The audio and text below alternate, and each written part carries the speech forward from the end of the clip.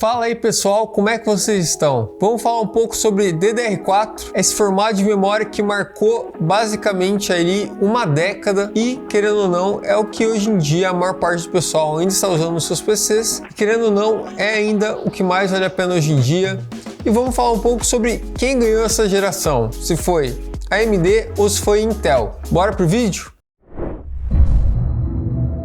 Bom, já vai deixando aquele like, se inscreve no canal e vamos conversar um pouco sobre DDR4. Para quem não lembra, o DDR4 foi introduzido lá em 2015 e na época a frequência base dele era apenas 1866 MHz, que é basicamente nada se a gente comparar hoje em dia que a gente tem memória DDR4 que passa dos 4000. Claro, ainda é um pouco mais raro, mas ali na faixa dos seus 3200 é basicamente obrigatório hoje em dia. Se a gente for olhar, quem começou ganhando a briga do DDR4 foi basicamente a Intel, porque a AMD só foi ter processadores que suportavam o DDR4 em 2017, quando saíram os Ryzen. Enquanto isso, a Intel ficava nadando de braçada, que quem não lembra, os FX, que eram os processadores anteriores da AMD, Caterpillar, Bulldozer, que eram as arquiteturas de processamento, eram terríveis, esquentavam, e daí que veio aquela piadinha de que para que você precisa pagar o aquecimento da sua casa, senão você pode ter um processador AMD e fazer os dois. Com isso, a gente teve uma dominância muito grande da Intel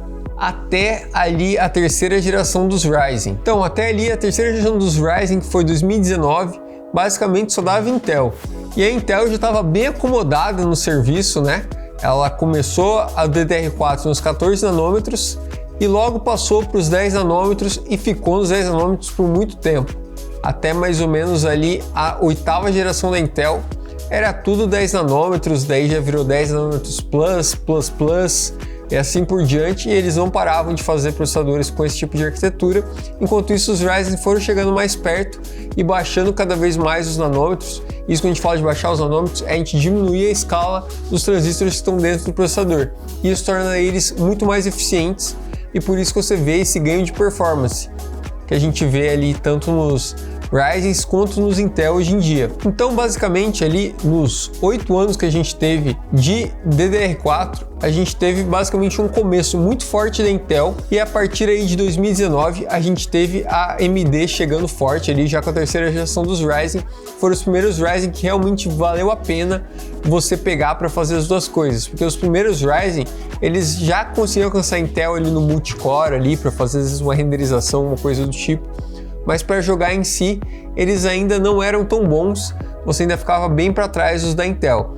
Mas aí, quando a gente teve ali os Ryzen 5000, que foram, feliz ou infelizmente, aí, a última geração dos Ryzen no DDR4, a gente teve um salto muito grande e uma inovação muito grande por parte da AMD que deixou a Intel completamente para trás. Então, se a gente for olhar, quem sai ganhador do DDR4 é basicamente a AMD, já que ela conseguiu trazer aí toda a questão de escalonamento com velocidade de memória, que é coisa que a Intel até hoje não faz muito bem. Eles ainda travam a questão do escalonamento de memória para as plataformas mais altas ali, quando você já vai pegar uma placa-mãe Z, senão isso você não consegue mexer ali no clock da sua memória, enquanto a AMD sempre teve essa questão de ser aberto, né? Não importa se você tem uma placa-mãe A, B ou X, você consegue aí mexer nos clocks dos processadores, consegue mexer nos clocks da memória. Isso é uma flexibilidade muito maior e também faz com que seja muito mais barato você conseguir ter uma performance boa numa plataforma não tão cara. Que, querendo ou não, se você quer mexer com overclocking, se você quer extrair um pouco mais do seu processador, fazer um undervoltage, subir o clock da sua memória, você precisa ir para a plataforma Z na Intel e isso não é necessário na AMD, que você consegue aí escalonar e ganhar muita performance ali com memória mais rápida, etc e tal. E querendo ou não, foi no DDR4 que a gente viu essa derrocada da Intel, porque no começo do DDR4 basicamente só se falava em Intel, você não considerava a AMD basicamente para nada, ela não era uma player grande no mercado mais e ela estava meio que falindo. Basicamente, se você olhar até vídeos que já saíram com entrevistas ali com a própria Lisa Su e com pessoas que trabalharam no processo do primeiro Ryzen, ele era basicamente uma aposta da AMD, queria trazer um produto melhor para o mercado, Mas se eles falhassem ali, muito provavelmente a AMD não estaria mais aqui, porque lembrando que naquela época eles também não eram muito fortes na questão de placa de vídeo. Então basicamente você não tinha nenhum produto competitivo da AMD, e o DDR4 foi onde a AMD conseguiu recuperar e ser o queridinho que é hoje. Mas resumindo tudo, então a gente tem uma entrada muito forte do DDR4 na Intel, que já chega em 2015, e a AMD entrando em 2017 com os Ryzen, que surpreenderam, mas ainda não eram tão bons quanto os Intel. Quando a gente passa aí já para 2021, quando a gente tem a quinta geração dos Ryzen, a gente consegue ver um salto muito grande e a AMD finalmente passando na frente, com a questão do 3D Cache ali no 5800X 3D, com a questão de você ter um escalonamento maior dos processadores ali em questão de IPC, que é uma coisa que ajuda muito no FPS dos jogos, e a Intel ficando cada vez mais para trás. A gente está vendo agora a história sendo escrita no DDR5, onde a gente vê a Intel começando a trazer um produto talvez um pouco mais competitivo, mas para isso a gente precisa baratear muito a plataforma DDR5, e isso vale tanto para AMD quanto para Intel. Tanto os Ryzen 7000 quanto a 12ª e 13ª geração da Intel ainda estão longe de ser competitivas no preço.